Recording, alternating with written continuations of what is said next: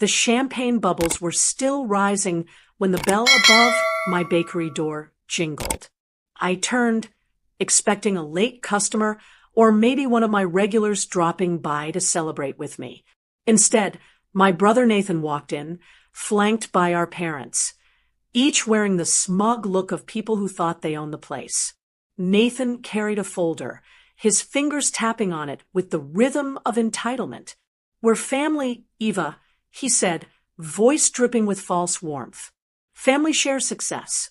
He slid a stack of legal papers across my counter. Partnership agreement, 50% ownership transfer. My parents nodded in unison. "This bakery belongs to the family," my mother added, her tone more decree than suggestion. My hands trembled, but my voice didn't when I answered. "No," I said, calm and sharp as glass. "Not this time." For a second, the entire room went silent, just the ticking of the clock and the hiss of the espresso machine behind me. Nathan's smirk faltered. I'd waited my entire life for that single moment. Growing up, I was always the shadow in Nathan's spotlight. While I scrounged coins for secondhand clothes, my parents bought Nathan a brand new car for his 16th birthday. When I asked for help with college applications, Mom told me they were saving that money for Nathan's business school tuition.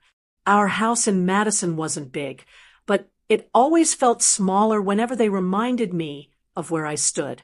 My father worked as a loan officer, my mother an elementary school teacher.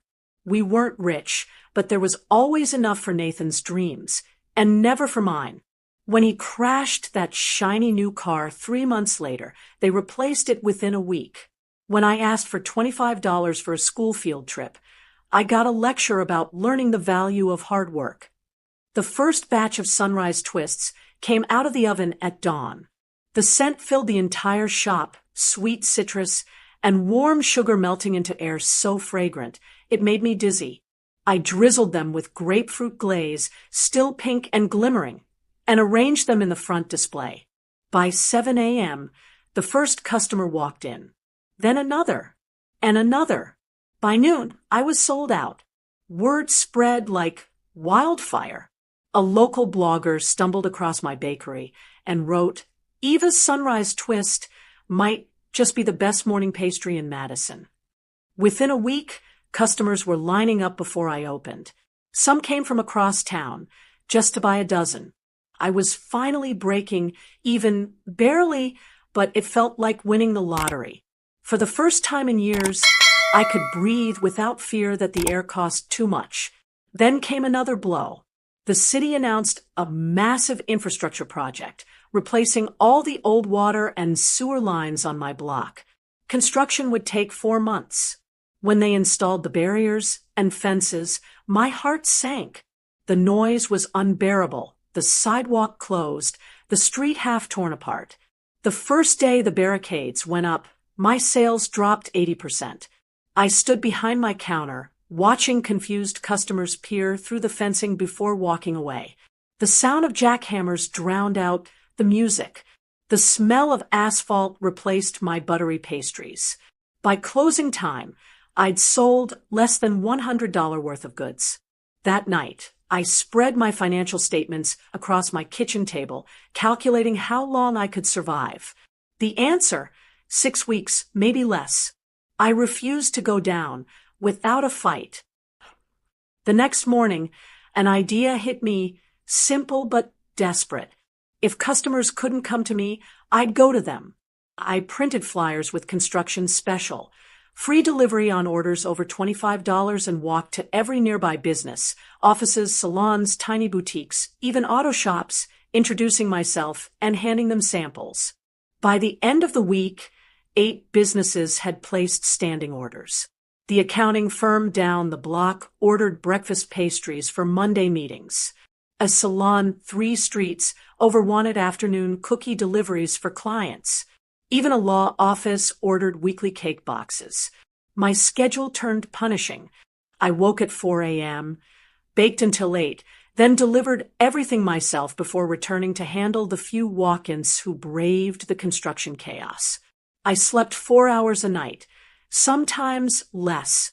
My hands were cracked from flour and bleach, my eyes red from exhaustion. But my bakery stayed alive. Until the day the health inspector arrived. He was polite, but firm, pointing to the brown water stains spreading across my ceiling. "You can't operate under possible contamination," he said. "You'll need to repair the plumbing before reopening." I called Jerry, my landlord, immediately. "This is your building's problem," I said. "The leak is from the apartment upstairs." He sighed theatrically. "Repairs aren't in my budget right now, sweetheart. You'll have to handle it or shut down." I nearly threw the phone. The repair cost me $4,000, money I didn't have. I maxed out my last credit card, paid the plumber, and reopened 5 days later. The plumber, a kind old man named Russ, shook his head as he packed his tools. "Your landlord should have replaced these pipes years ago. He's robbing you blind." He wasn't wrong. 3 days after reopening, I saw a new awning 2 blocks away, Dream Crumbs Bakery, and beneath it stood Derek, the same sous chef who had sabotaged my work years ago at Levi's Bistro. He smiled when he saw me, a predator's smile. At first, I told myself it was coincidence. Madison wasn't huge, but it wasn't small either. Then I noticed his menu, nearly identical to mine. Croissants, fruit tarts, and something he called morning twirls, a shameless imitation of my sunrise twist. Even the prices were a few cents cheaper. I tried to ignore him, but my customers didn't. Within a week, I overheard regulars saying, "We tried that new place. His pastries are cheaper." I later found out Derek had somehow gotten access to my mailing list. He sent promotional emails to my regular customers offering discounts. It wasn't competition. It was war. Sales plummeted. Construction blocked foot traffic. Derek stole my customers, and exhaustion blurred my days into endless shifts. I couldn't afford employees anymore. I worked alone, baking, delivering, scrubbing floors until 1 a.m.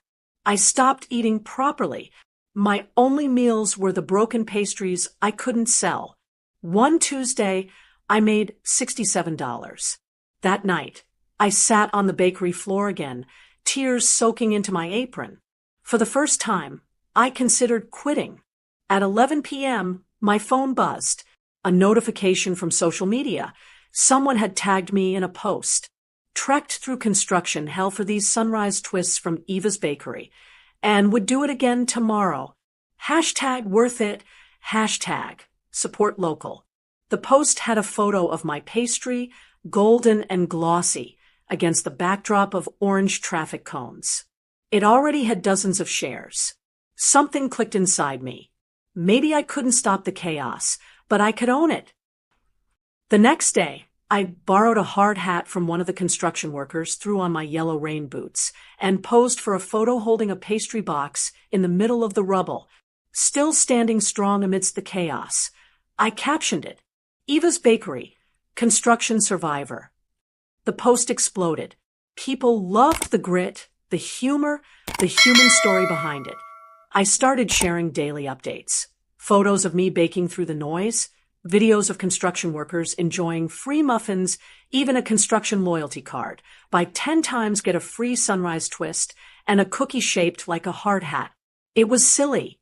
It was sincere. And it worked.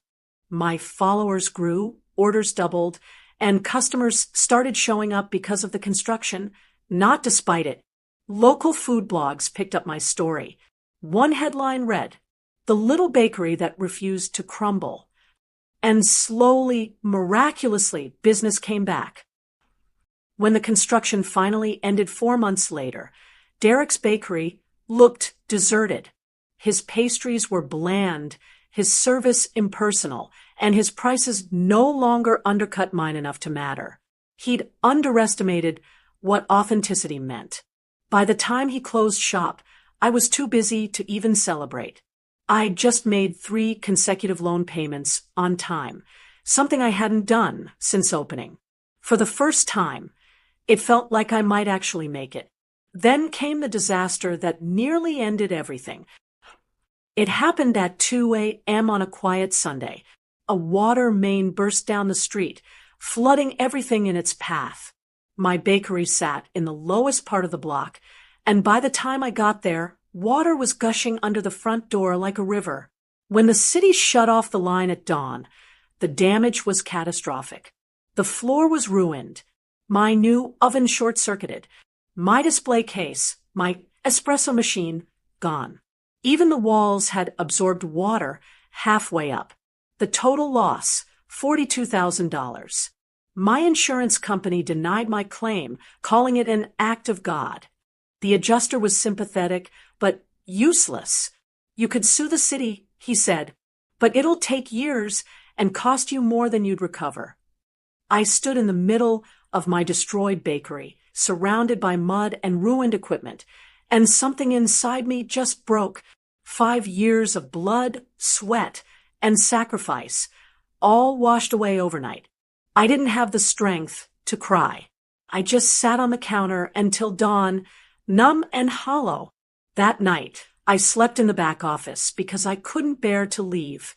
The walls smelled of damp wood and despair. I scrolled through old photos of what the bakery used to be, my first customers, my first sunrise twist batch, the little sign Grandma Helena's friend had painted for me, Eva's sweet start. Around midnight, my phone buzzed. A message from Madison, the food blogger who had once featured me. Just heard about the flood. This is awful. Eva, what can we do to help? My first instinct was to type, nothing. It's over. But I didn't. My grandmother's words echoed in my mind. You never throw out the whole batch. You adjust. You start again. So I wrote back, I need to rebuild. But I can't do it alone. Madison's reply came instantly. Then you won't. Let me make some calls. So I did. At 12, I found my peace in baking. My grandmother Helena, Dad's mother, was the first person who ever looked at me like I was capable of something extraordinary. She taught me how to make her legendary honey apple tarts, whispering old world secrets about temperature, texture, and patience. Baking, she used to say, is the only place where doing everything right actually guarantees a result. I clung to that. Measuring ingredients gave me control when everything else in my life was chaos. Each perfect loaf, each golden crust, each caramel swirl was my rebellion.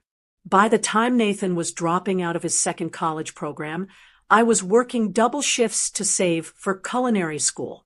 When he failed his first business venture, my parents bailed him out again. When I graduated high school with honors, my celebration was a single pizza my father complained cost too much. On my 18th birthday, I packed everything I owned into my beat-up hatchback, $210 in savings, a stack of Helena's handwritten recipes, and a stubborn belief that I could build something of my own. My mother's goodbye was cold efficiency. You'll come back when you realize how hard life is, she said. My father handed me a $10 bill like a consolation prize. Nathan didn't even show up. By noon the next day, Madison had turned what I thought was a personal tragedy into a community movement. She launched a campaign titled Rebuild Eva's Sweet Start, complete with photos of my ruined bakery, and the caption, "This is what happens when passion meets disaster." But the story's not over yet. Local restaurants began reaching out within hours. One coffee shop offered to host a bake sale using my recipes. A nearby diner pledged to donate a day's profits. A friend of a customer volunteered to help with repairs. Even competing bakeries sent messages of support. And then something incredible happened. People, actual customers, neighbors, strangers, started sharing stories. One mother wrote, "Eva baked my daughter's 10th birthday cake last year when I completely forgot to order one. She stayed open late just to help. Let's return the favor." A nurse commented, Her sunrise twists kept me alive through night shifts during the pandemic. She deserves every bit of help. Within 48 hours, the fundraiser had raised $12,000. By the end of 2 weeks, the total hit $22,000, far beyond the $15,000 goal. It wasn't enough to cover all the damages, but it was enough to start. I applied for a small emergency loan to bridge the rest, adding to my mountain of debt, but I didn't care. I finally had proof that everything I built mattered, to more than just me. The reconstruction process was grueling. I couldn't afford to rent another place, so I moved into the back office permanently. I set up a cot between storage racks, a hot plate near the utility sink, and a shower hose connected to the mop basin. It wasn't glamorous, but it was home. The walls shook daily from the sound of drills and hammers. The air smelled of plaster and paint, and fine dust clung to everything. Yet amid the chaos, something inside me reignited. During those long, sleepless nights, I experimented with new recipes. Baking had always been my therapy, my rebellion, my voice, and now it became my redemption. One night, as I stared at the blueprints of the water-damaged walls, inspiration struck. I decided to create a pastry to honor everything I had survived: the flood, the betrayal, the exhaustion. I called it the Deep Blue Sea Cake. It was a shimmering masterpiece, deep blue velvet layers with waves of amber buttercream that rippled like the ocean. Crystals of caramelized sugar formed glassy waves, sparkling under the light. It symbolized what I'd learned: beauty could rise even from ruin. When I posted a photo of the cake online, it went viral. Thousands of likes, dozens of comments asking when the bakery would reopen. People shared it with captions like, "The storm didn't sink her, it made her stronger." Those comments carried me through the exhaustion. 3 months later, the repairs were complete, but the cost had ballooned 30% higher than estimated. I lay awake most nights, calculating how many pastries I'd have to sell to cover it all. The numbers terrified me, but every time fear crept in, I imagined Grandma Helena smiling and saying, "You don't measure hard in ounces." Reopening day arrived exactly 6 months after the flood. I expected a small crowd, maybe a handful of regulars. Instead, when I pulled back the paper covering the windows, the line of customers stretched down the block. Madison was there, grinning beside a camera crew from the local news. 3 journalists were setting up their tripods. The mayor himself arrived, scissors in hand for a ceremonial ribbon cutting. "This bakery," he declared, "is the heart of Madison's resilience." I barely heard him. My heart was pounding too hard. When I finally unlocked the door, customers flooded in, hugging me, taking photos, cheering. I handed out samples of my new deep blue sea cake, my voice trembling as I thanked everyone. By the end of the day, every display case was empty. My sales totaled $4,300, more than any day in the bakery's history. But what filled me wasn't profit, it was gratitude. Pure, burning gratitude. The weeks that followed were a whirlwind. Word of mouth spread faster than ever. People came from neighboring towns just to try the pastries they'd seen online. A national food critic happened to visit while in town for another story and left a glowing review, calling my sunrise twist the kind of pastry that could heal a bad week. Business soared. Soon, I was able to rehire staff, pay down debt, and even upgrade my ancient ovens. The bakery, once a fragile dream on the edge of collapse, had become a thriving symbol of perseverance. And then one afternoon, the past walked through my door. Nathan! He wore an expensive suit, his hair slicked back, his fake smile intact. Eva, wow, this place looks incredible. Behind him were my parents, both looking awkward but expectant, as if they were about to deliver good news. I froze behind the counter. "What do you want?" Nathan spread his arms dramatically. "We want to celebrate your success. You've done so well. And we'd like to discuss bringing the bakery into the family. A partnership. I laughed. I couldn't help it. The sound startled even me. You mean the same family that told me I'd fail? I said quietly, the same parents who gave you everything and told me to fend for myself. My mother frowned. Eva, don't be cruel. You're successful now. Don't you think it's time to share? Something in me finally snapped, but not in anger. It was clarity. I reached under the counter and pulled out a folder, my official ownership documents, the loan contracts, the bills, the repair permits, all in my name. I slid them across the counter, just as Nathan had done years ago.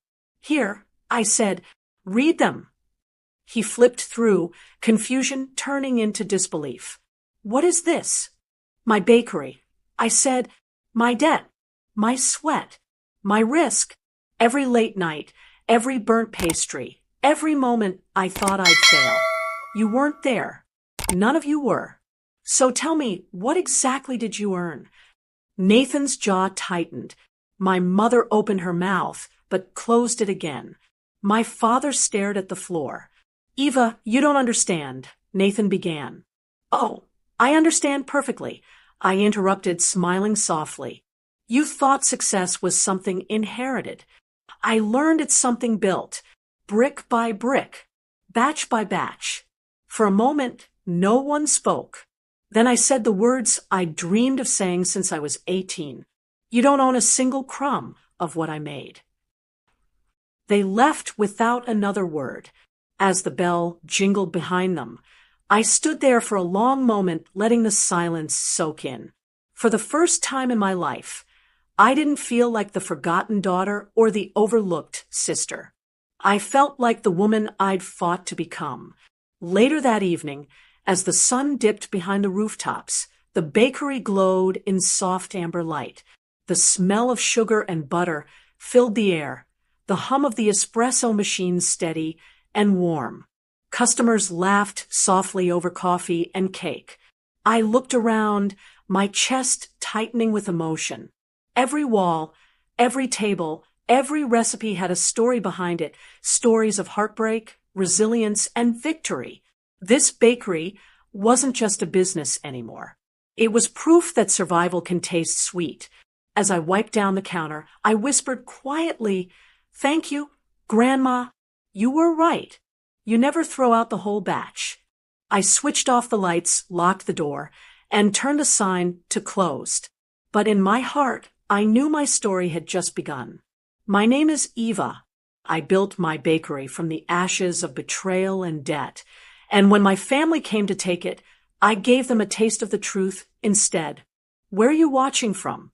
Drop your city in the comments. And don't forget to subscribe for more stories like mine, because sometimes the sweetest revenge is simply rising again. The first year was brutal. I rented a room in a shared house with 4 other girls, worked at a greasy diner by day, and cleaned offices at night. I slept 4 hours, lived on leftover pancakes, and studied pastry arts at a community college in between. Most nights, my uniform smelled like fryer oil and bleach.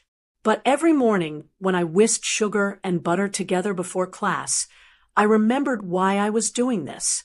Professional kitchens were war zones, especially for women. My first pastry job was at Levi's Bistro, a pretentious French restaurant downtown. The head chef, Marco, had a smile that could melt chocolate and a temper that could boil it right back. "Pastry is delicate," he'd murmur, standing too close. "Like women, needs a man's guidance." His fingers would brush mine as he adjusted my technique. I endured it. I needed the experience.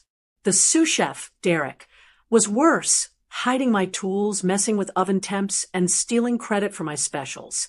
When I finally confronted him, he laughed in my face. "You? The new girl? You'll be gone in 6 months. I've been here 8 years." But karma came dressed as a woman named Monica, the restaurant's new manager. She caught Derek sabotaging my desserts one night before a private dinner and fired him on the spot. Later, she sat with me after service, wine glass in hand.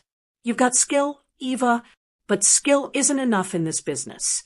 You need your own kitchen, your own rules." I laughed bitterly. "And how do I afford that? I can barely pay rent." "Then save," she said, "every penny, every day. You plan and you build." Those words stuck. For the next 4 years, I lived like a monk.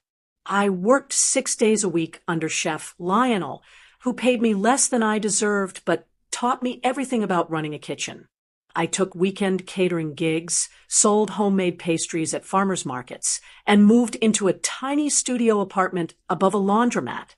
By 23, I had $45,000 saved. Enough to dream, but not enough to build. Then, one rainy afternoon, I saw a dusty for lease sign in the window of a rundown corner shop on Maple Avenue. The rent was low, the wiring was ancient, but the space spoke to me. I spent 3 weeks rewriting my business plan and walked into 6 banks wearing my best thrift store blazer. 6 rejections. One banker even said, "Maybe bring on a male partner, someone who can front the operation." The 7th place was a credit union. The loan officer, a woman named Diana, actually read my proposal. She grilled me on margins, inventory, and backup plans, and then approved my request. The interest rate was painful, but it was the only yes that mattered. The next 3 months were a blur of paint, dust, and caffeine. I spent my days applying for permits and my nights sanding, patching, and scrubbing. I bartered pastries for labor, 6 months of free muffins for an electrician, a wedding cake for plumbing work. Opening day was chaos. The oven malfunctioned, my flour delivery was wrong, and a sudden downpour flooded the street. I sold a grand total of $90 worth of goods against $1,200 in overhead. I sat on the kitchen floor that night, staring at the cracked tiles and crying for exactly 7 minutes. Then I stood up, fixed the oven, and prepped for the next day. Over the next few months, business slowly found its rhythm. Commuters stopped for coffee and croissants. Nearby offices ordered cookies for meetings. A mail carrier brought her coworkers every Friday. Just when I was beginning to breathe again, my landlord, Jerry, showed up. "I'm raising the rent," he said, not even sitting down. "That's not possible," I replied, pulling out our lease. "It's fixed for the first year." He smirked. "Read the clause. Market adjustments allowed. You're improving the neighborhood. People are noticing. Double rent next month." He slid the notice across my counter. My heart sank. That night, I stayed up researching tenant laws and stumbled upon a small business legal aid group. Their lawyer, Janet, reviewed my lease and found the loophole. Jerry could raise the rent, but only by 10%, not double. She drafted a letter citing state codes, and Jerry backed down, grudgingly. The increase was still $300 more a month, money I didn't have, but it kept my doors open. To cover the gap, I worked late into the night and experimented with new recipes. One of them, a flaky orange zest pastry I called the Sunrise Twist, would soon change everything.